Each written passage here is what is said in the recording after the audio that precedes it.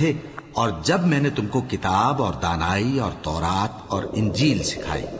اور جب تم میرے حکم سے مٹی کے پرندے کی شکل بناتے پھر اس میں پھونک مار دیتے تھے تو وہ میرے حکم سے سچ مچ کا پرندہ بن جاتا تھا، اور پیدائشی اندھے کو اور برس کی بیماری والے کو میرے حکم سے اچھا کر دیتے تھے،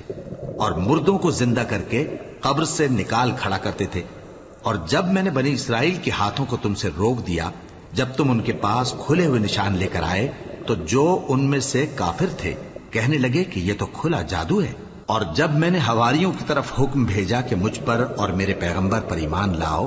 وہ کہنے لگے کہ پروردگار ہم ایمان لائے، تو شاہد رہی ہو کہ ہم فرما بردار ہیں۔ وہ قصہ بھی یاد کرو جب حواریوں نے کہا کہ اے عیسیٰ ابن مریم، کیا آپ کا پروردگار ایسا کر سکتا ہے کہ ہم پر آسمان سے کھانے کا خوان نازل کرے؟ فرمایا اگر ایمان رکھتے ہو تو اللہ سے ڈرو۔ وہ بولے کہ ہماری یہ خواہش ہے کہ ہم اس میں سے کھائیں اور ہمارے دل تسلی پائیں اور ہم جان لیں کہ آپ نے ہم سے سچ کہا ہے، اور ہم اس خوان کے نزول پر گواہ رہیں۔ تب عیسیٰ ابن مریم نے دعا کی کہ اے ہمارے پروردگار، ہم پر آسمان سے خوان نازل فرما کہ ہمارے لیے وہ دن عید قرار پائے، یعنی ہمارے اگلوں اور پچھلوں سب کے لیے، اور وہ تیری طرف سے نشانی ہو،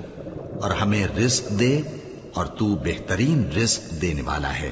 اللہ نے فرمایا میں تم پر ضرور خوان نازل فرماؤں گا، مگر جو اس کے بعد تم میں سے کفر کرے گا اسے ایسا عذاب دوں گا کہ اہل عالم میں کسی کو ایسا عذاب نہ دوں گا۔ اور اس وقت کو بھی یاد رکھو جب اللہ فرمائے گا کہ اے عیسیٰ ابن مریم، کیا تم نے لوگوں سے کہا تھا کہ اللہ کے سوا